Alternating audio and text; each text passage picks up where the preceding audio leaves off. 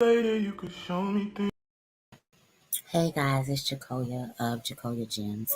Thank you for once again coming in to join my channel. Do me a favor, like the video, leave a comment, subscribe, and do share this to your social media platforms. So on today, we are going to briefly discuss 10 ways that you have already been biblically meditating without realizing it. So today's video is sponsored by my small business. This is Harvest Essence Blue Mood Tea. And so Blue Mood Tea has blue butterfly pea tea inside of it, as well as rose hips and rose petals. Sometimes I add a little hibiscus leaves in here up on request to sweeten the taste. So very briefly, I want to share with you guys some of the benefits.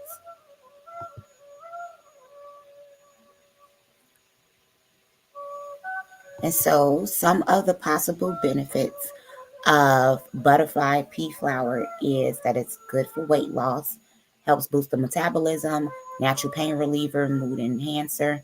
It's great for skin, helps with the digestive system, fights cancer cells, beneficial for hair growth, healthy eyesight, promotes cardiac health, as well as good brain health. So we're going to see some of the possible benefits for rosebud tea. So soothing the stomach and liver, immuno booster, helps relieve menstrual cramps, improves blood circulation, reduces body fat, eases constipation, digestion, moisturizes skin, defends against free radicals, support wound healing, and it provides vitamins A, B, C, E, K, and it also helps relieve knee pain. So last but not least, the benefits of hibiscus tea. So it helps to cure stomach disorder. It reduces the risk of colorectal cancer. It aids in promoting blood circulation. Good remedy for nausea and vomiting. Relieves from asthma, sore throat, and hiccups. Improves cardiovascular health. And is an effective remedy for curing urinary tract diseases. So guys, I am going to link down below where you can purchase some of this Blue Mood tea on my website. You can follow me on Instagram at Tierra, Tierra Holiday on Instagram, and my link is in my bio. So let's get straight into it, guys. So 10 ways that you have possibly been biblically meditating without even realizing it. So we know that the word meditation can be looked at as like a taboo word, especially seeing as if we as a Hebraic people have been taken away from our identity and our culture for so long. So when our identity and our culture has been taken away from us, then of course it's very easy for us to feel as if everything is wicked and everything is evil, and that we have been a people. Thank you so much. I'm actually about to share one of your videos and link it down below. So we have, as a people, we have had so much taken away from us. We have been dismantled. We have been bamboozled. And so every word that we see, at least from the background that I'm from, in the Apostolic Pentecostal Church, everything is wickedness and everything is witchcraft. Burning herbs, that's wickedness. That's witchcraft. And I'm not talking about Native American customs or anybody else's customs, but we miss out on so many medicinal and healing aspects when it comes to our day-to-day life, because we allow everything to freak us out, but we claim to be a people that are so spiritually rooted and so spiritually grounded. So with that being said, 10 ways that you have possibly been biblically meditating without even knowing it. Now, we all know that Black people, we love our music. And so for me personally, whenever we're setting the atmosphere for whatever it is for, that's a form of meditation. I know as a woman, we love to turn on our music to get ready. What are you doing? You're meditating and you're concentrating on what it is that the task is at hand. So if you're driving, listening to music, or in silence, and this is a time where you're alone and you're communicating with the Most High, this is a form of meditation. I know growing up as a little girl, I would be in the car with my mom at times, and she wouldn't have the radio playing. This was the polar opposite of being in the car with my daddy. My daddy was going to either have on sports radio, which is why I'm addicted to podcasts. He was going to have on these black and white movies, basically playing out on the radio, talk radio, or he'll have some type of worship music going on. My mother more so would have on her classical or her jazz, or she would drive in complete silence. And that's something that I find myself picking up on, doing one or the other. And so a lot of times when I'm alone in the car, or even in the car with my children, I'll turn on some music, or I will just have complete silence while I'm driving, because I'm using that time to not only concentrate on the road, but to meditate as I etch out my day, as I'm driving to and fro from my destination. I'm proclaiming the things that be not as though they were. So if you find yourself in a situation, number 2, where you recall scriptures to settle yourself, or where you recall songs. Now, I know people who are Nero average people, who don't have thoughts going through their mind throughout the day. I don't know how that feels. My mind is always racing, always thinking. But when you find yourself in a situation, whether it's a situation where you would normally react in anger, where you would normally react in fear, of doubt, and of worry, when you sit back and you recall the scriptures that you have been rehearsing your entire life, where a song comes back to you, where a phrase comes back to you, in these moments, though, that's meditation, because you're recalling something that you remembered once before in order to bring you back into a calmer state. Number 3, when you're laying in your bed at night and you're thinking on his word, or you're thinking on your day and you're talking to him, whether it be audibly, when I say him, I mean the Most High, through the Ruach HaKodesh. And when you're talking to him and when you're communing in your alone time, whether you're married, whether you have children, this is your alone time. Even when someone is in the bed next to you, because now you're settling yourself and you're contemplating. Now, I don't like to go to sleep with heavy thoughts. I love to go to sleep with some type of instrumental worship music going on, some type of prayers in the background. Sometimes I'll go to sleep listening to an amazing biblical message, just to make sure that when I'm sleeping and I'm in the dream realm, after I meditate, my spirit is not going off into dimensions that it has no place going. Number 4, when you just randomly think on the goodness of the Most High throughout the day, like whatever it is that's going on. I'm a little churchy, y'all, so I'm the person y'all gonna see in a grocery store. If I feel it, I'm going to feel it. So when you just have this random inclination to thank him, that's because the thought proceeded before the adoration became tangible, or before you let it escape your mouth. And sometimes you don't even have to speak it out. It's just, I thank you for who you are and for what it is that you have done. Number 5, when you are in the shower, when you are in the bath. See, this is one reason that I sell my bath products. And I'm not somebody that's spooky. I'm not praying over nobody products and like, here, you take this for a spiritual bath. Yeah, I'm not doing hoodoo. I'm not doing that. That's not my religion at all. What I do suggest is when we take in herbal baths, is that we look into the medicinal benefits, but we also have to remember that these things are astringents, and they drive out and they remove bacteria, viruses, fungals. And so what comes with these things, if it's something unclean in you that's attached to a scientific aspect, then I'm under the belief that it's something spiritual as well that has some type of workings on the inside of it. Number 6, just learning how to be completely still. This is something that is not very easy. Being still and alone with your thoughts, being still and alone with what the Most High, through his ministering angels, has to say to you. It's one thing to practice stillness and you sitting there and you thinking about everything that you want to think about. You mumbling, you're complaining, you're musing over your music or whatever it is that you are doing. But to find a stillness, to find a peace, to find a serenity that says that I will be like the tree in the book of Psalms, the 1st chapter, that although the winds come, that I will not be broken and I will not be moved.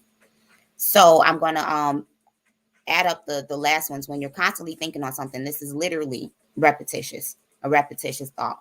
And a lot of times when people whom have experienced narcissistic abuse or some type of abusive relationship, or some type of trauma, it's very easy to have ruminating thoughts. And ruminating thoughts are from a source of trauma and are from a source of pain. But when you find yourself having these ruminating thoughts, then you are meditating on the trauma and you are meditating on the pain. And I know ruminating thoughts are something that cannot be controlled without some type of training, without some type of insight. Ruminating thoughts are thoughts that are very intrusive. You have flashback. A lot of times you see it in people who have PTSD from wars, but you also see it from people who have complex PTSD, complex post-traumatic stress disorder, meaning that this is a person who have experienced trauma and abuse from their childhood on up, or it's a person that has gone through abuse from their adolescence on up to their adulthood. So a lot of times these ruminating thoughts come to be a killer, a stealer, and a destroyer. And so we have to be careful that when we allow these ruminating thoughts to come in, that we do not sit in them, but we change it to meditation upon the fact that I'm no longer in that place. I'm no longer bound. I'm no longer broken. I'm no longer hurt. I'm no longer in physical danger or in physical pain. But if I do not remove these negative thoughts, then what it's going to do is going to have an effect on what it is that's going on throughout your whole life. So mumbling complaints repeatedly. Now, this is something that I think all Black children didn't practice at one point or another in their room. When your mama and your daddy see to your room, or they didn't got finished disciplining you, and you go in there and you're just mumbling and you're complaining. So my God, I've been practicing meditation my entire life. So y'all leave y'all kids alone when you like, are you in there mumbling under your breath? Yeah, they are, but they're not talking to you. Just kidding, because I don't play that with mine either. But no, let them mumble, let them complain. They're not being disrespectful. Let them muse to the Most High about how you get on their nerves, because we do it all the time. Number 9, rehearsing the laws, the statutes, and the commandments of the Most High. Because when you meditate on the law, and the law is what's light. So if you are already a Hebraic person that keeps the law, statutes, and the commandments of the Most High, then you are already meditating. Last but not least, before we go into this video, by divine prospect, when you set your atmosphere with intentions, whether it be in silence, whether it be with music, whether it be with prayer, whatever form it is that you have, when you set your atmosphere and you set your intentions on the way that you are going to live out your life, follow out throughout your day, then you have already been practicing biblical meditation. So here we go. So I know a couple people here may be aware of it already. Don't spoil it. We're going to get through it. All right? So the fun thing with the serpent is, how does the serpent talk? Well, and not only that, but why is the serpent's punishment to crawl on its belly when... All right? So let's go ahead and see what's going on here. All right? So first what we have there is Haggah. We got a Hain, a Chamet, a Gimel, a Chamet, and a Hen. And this is a primitive root to murmur. You guys might say that, right? And pleasure or anger. Wow, that's deep. By implication, to ponder. It said that, right? That was there.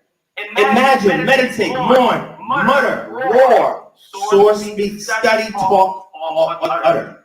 And in Hebrew, you have 7 major verb stems, so benyamin, right? And we have the cow. Well, the poal is not one of the major 7, but the cow, the poal, and the hephul. So when you go into a Hebrew lexicon and you come across a word, it won't have this here, just have this. And you look up that word, it'll tell you the various verb stems in which it is used, which means you can't go and just pick which one you want to explain what the text is saying.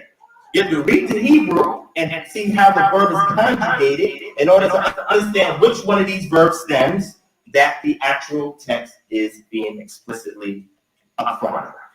Okay, Con? So we look at the cow stem, which is a simple active voice, to roar, growl, groan, B to utter, speak, C to meditate, devise, muse.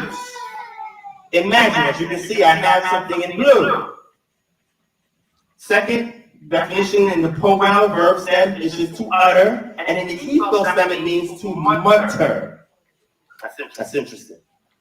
That's interesting.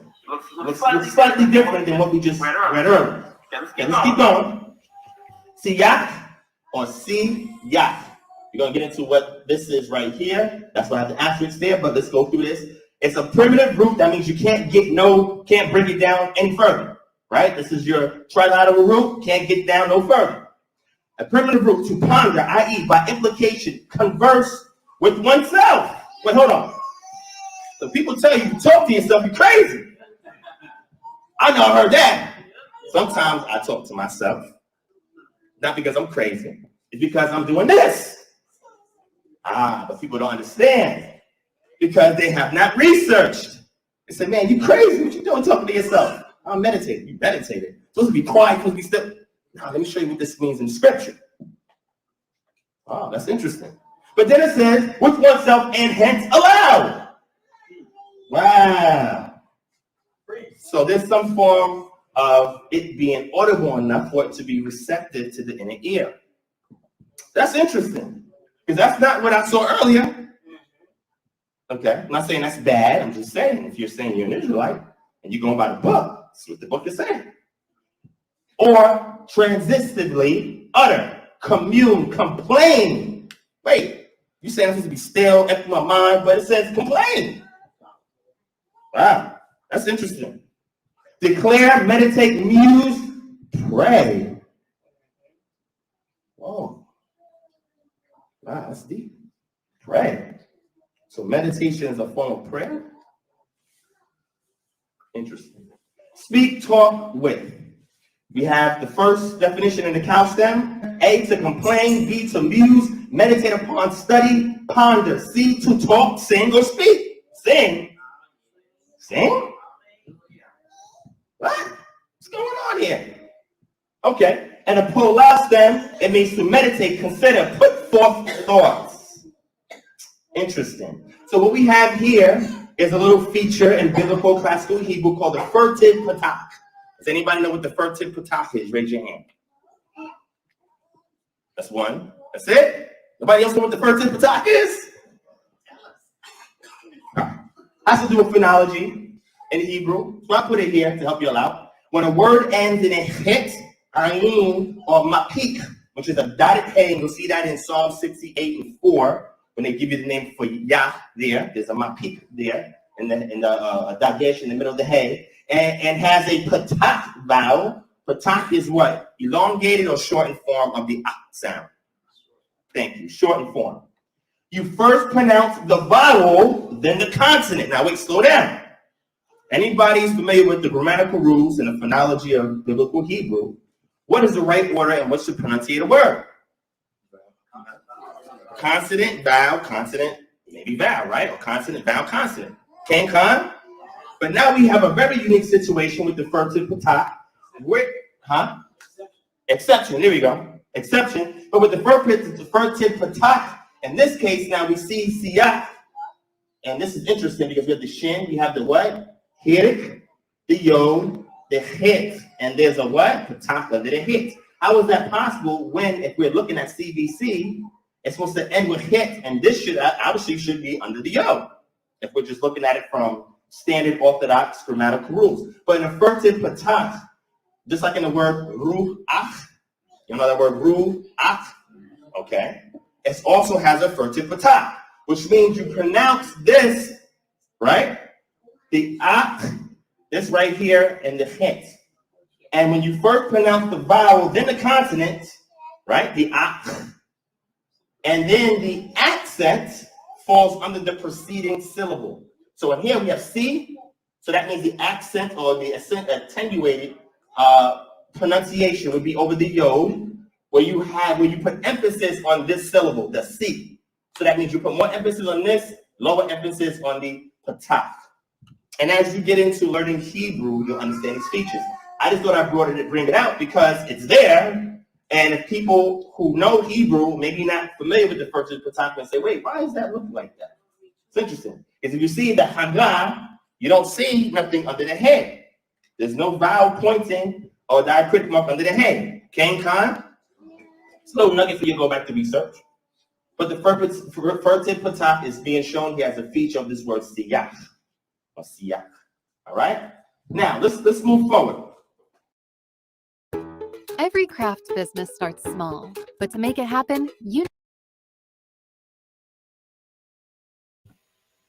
So guys, what I am going to do is link that video down below. I definitely suggest checking that out. Not only that, the video on Kingdom Harbinger Ministries, that was Dr. Ron Shields. A lot of people, everyone knows him as Divine Prospect. So he has a lot of amazing videos on many different topics. So do me a favor, like, comment, subscribe, share this to your social media platforms.